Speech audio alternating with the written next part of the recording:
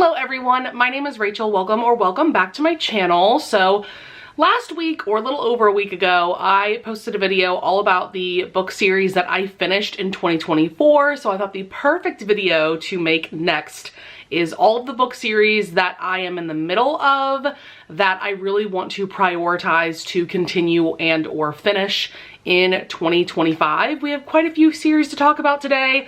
Lots of fantasy, some sci-fi, of course, lots of romance. I do have a few series here that are more like interconnected standalones, and then of course I have a bunch of series where there is an overarching plot connecting all of the books. So without further ado, let's get on into it. The first few series that I want to talk about are graphic novels and comics series that I'm in the middle of. First up, we have Full Metal Alchemist by Hiromu Arakawa. I have read volumes 1 through 17, so I am now on volume 18, and I am so excited to say that I have 10 volumes left to complete this series. I did try reading this series for the first time back in like 2022, something like that. I stopped at volume 12 for really like no good reason at all, and now I'm just absolutely loving this read. If you love fantasy, if you love sci-fi, there's even inklings of a romance that I think is going to happen by the end of the series. And just a really crazy and epic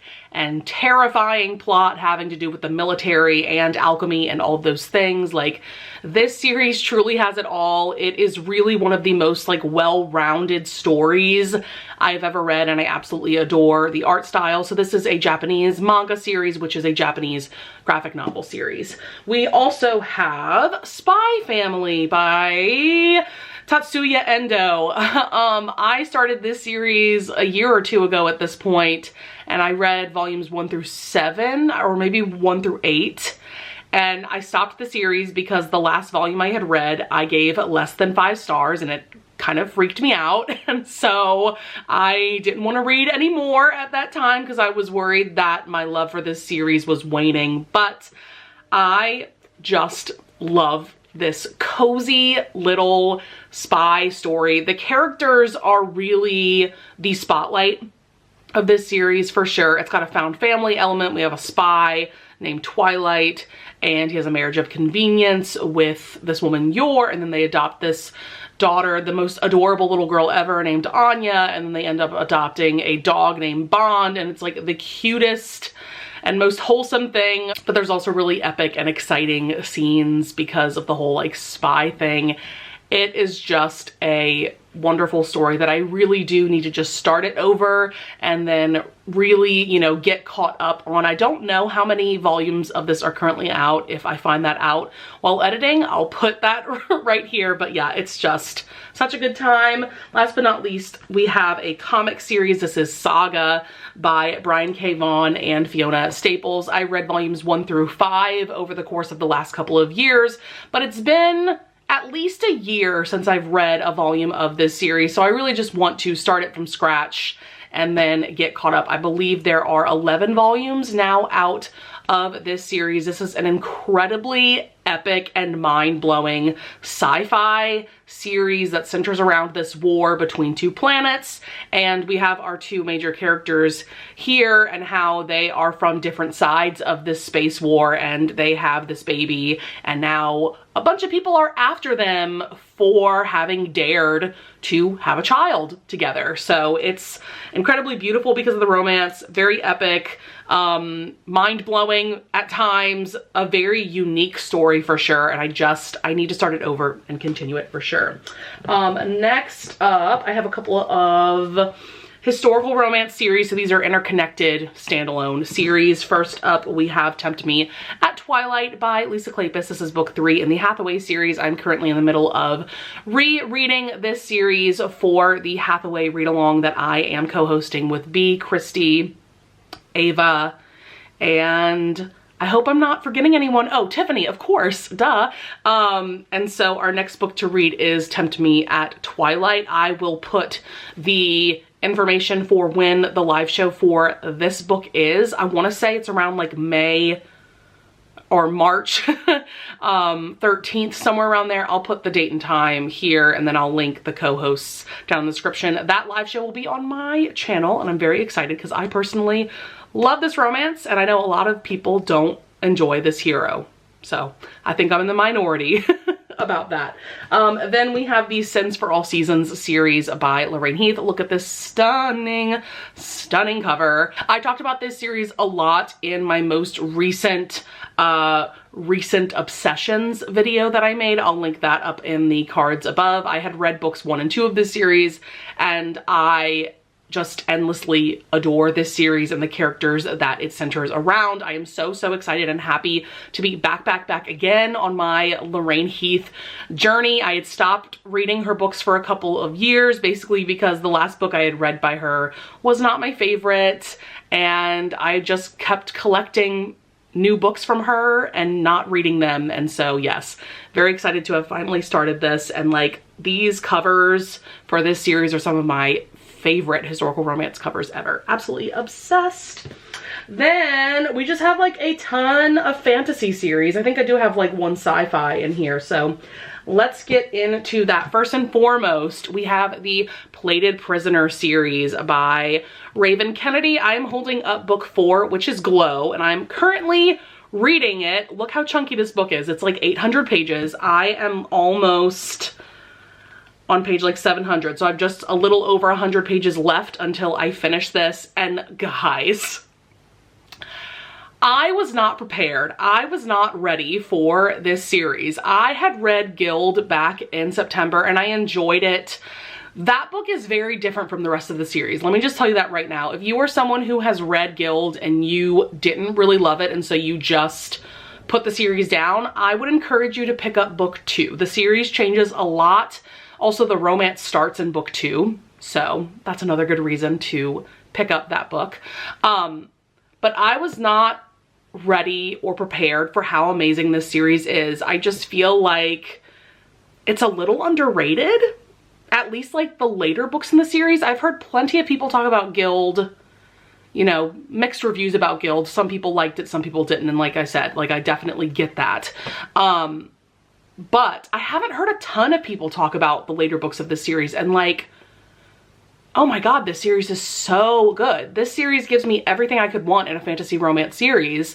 And let me just tell you now, Slade, the male main character in this, he's like if you combined Rhys from ACOTAR and Rowan from Throne of Glass, but he is truly on his own level of perfection. He is like beyond perfection. I am obsessed with this man, and I adore Auren, our main character. Her character development, her growth from book 1 to where I am now in the series is like night and day. It's just incredible to see who she has become over the course of these books, and the way that they have fallen for each other, and the magic in this world is interesting, like the type of magic that our main characters have.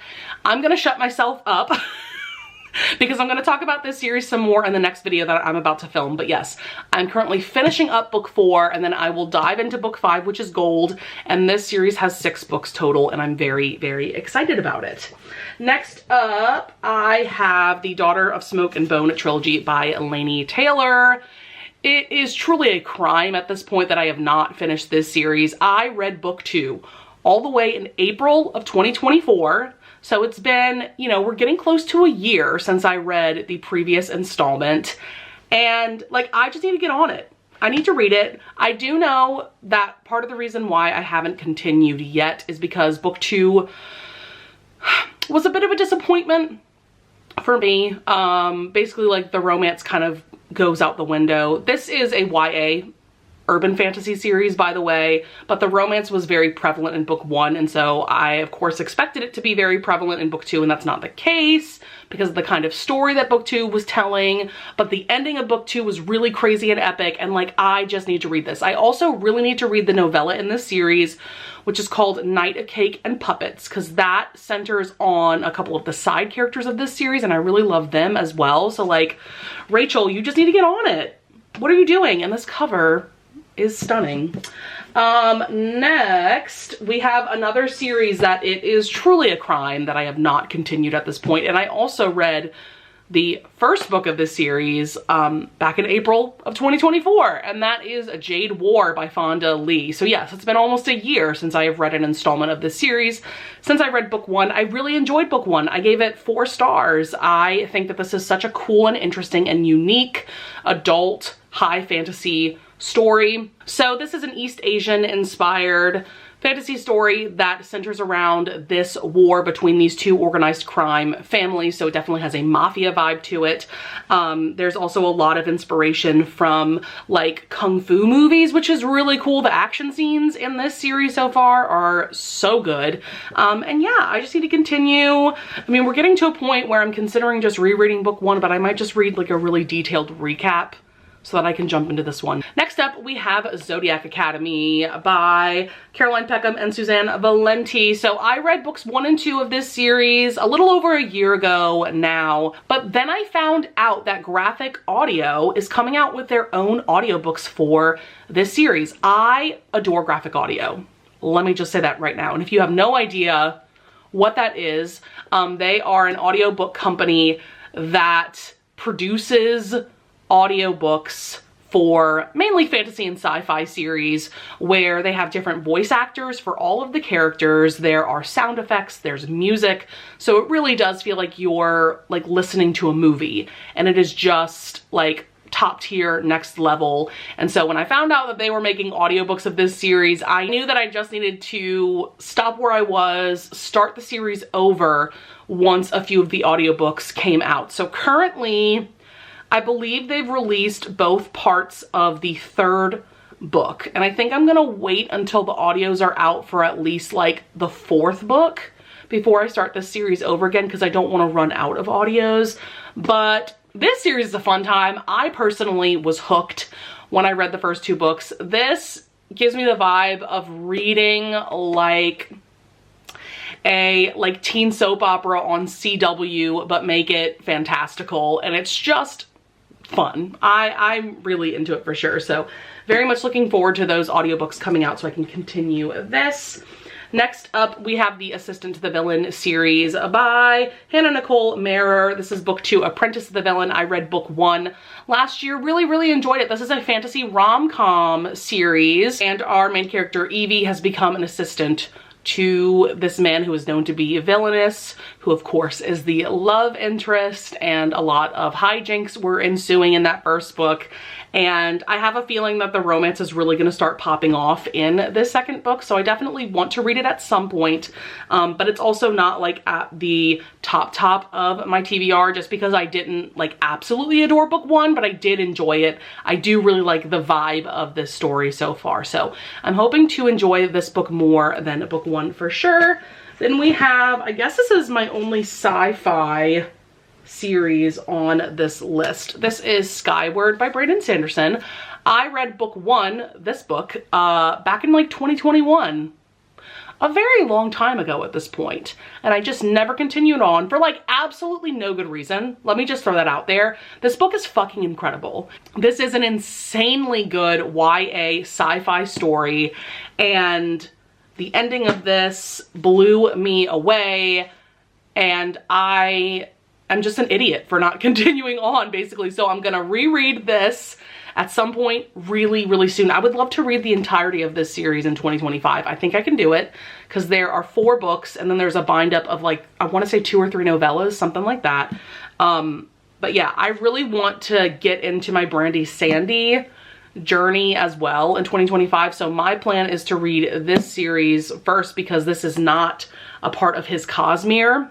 And then I'll jump into all of those books, because there's like, I don't know, upwards of like 20 books in that universe. But I'm also very excited about this. All right, I feel like I'm drowning in books right now. I just have a few series left to talk about though. We have the Kings of Sin series by Anna Huang. This is a contemporary billionaire romance series that is centered around the 7 deadly sins. I read King of Wrath, which is book 1 last month. Really, really loved it. I am a huge Anna Huang fan. Love, love, love her billionaire romances. And I really enjoyed Kai and Isabella's characters from the previous book, so I'm just really excited. So when I'm in the mood for a billionaire romance, I'll definitely pick this up. Also, I have a really pretty edition here. This is the Barnes & Noble exclusive edition. Purple is my favorite color, so I am living for this. Next up, I have the Carry On series by Rainbow Rowell. I completely forgot that I read this book somehow. I read this book like back in 2020, something like that. And I had bought a copy of the sequel, which is Wayward Son. And then there's also a third book. So I think it's just a trilogy. But yeah, read this book, absolutely adored it. Then I was recently watching a video from Kat. I'm gonna link that video up in the cards above, where she talked about her favorite books of all time. And she brought up this series and I was like, holy shit, I read that book. I loved it. Why did I never continue on with the series? So yeah, I definitely need to reread this first book and then jump into the other 2 books of the trilogy. If you don't know, this is a YA fantasy series that is partially inspired by, but also making fun of series like Harry Potter. And this was so good. Oh my God. Like, such a unique story, even though it's inspired by something else. And I love this cover. Like, what am I doing that I just completely forgot? Completely forgot about these books. And then we have my next book to read in my Shadowhunters reread. This is Lady Midnight, which is book 1 in the Dark Artifices trilogy. So last year I read the entirety of the Mortal Instruments, or reread the entirety of the Mortal Instruments and the Infernal Devices. I also read the Tales from the Shadowhunter Academy bind up of novellas. And so here I am in my reread of the Shadowhunter Chronicles. So excited to be rereading this series. I'm very interested to see how I view these books upon reread, because I do remember enjoying this series, but I have a feeling I'm gonna love it even more reading it all over again. And then I will just have one more bind up of novellas after this trilogy, and then I can finally jump into the Last Hours trilogy, which is her most recent series in this universe. This is truly one of my favorite worlds I've ever read about. It is so good. We have all kinds of different paranormal creatures, and I just love the concept of the Shadowhunters, and I really enjoy Cassandra Clare's writing, and it's just been a really good time rereading these books. And so I'm hoping by the end of this year to get caught up with all the Shadowhunter books. We will see how that goes. And then I have a few series that I do not own physically that I would really like to continue. I have a couple of alien romance series. I have not been in the mood to read alien or sci-fi romance, but as soon as I am very excited to continue on with the Clickanian series by Victoria Aveline. I've read books 1 and 2. Loved book 1. Did not really enjoy book 2. But I've heard really great things about some of the later books of this series. This world is just very unique in terms of alien romances that I have read. I just really enjoy the lore of this world, that basically women are scarce on this planet. And so the men on this planet, in order to find a wife and or a mate, they all go to like husbandry school to learn how to be amazing husbands.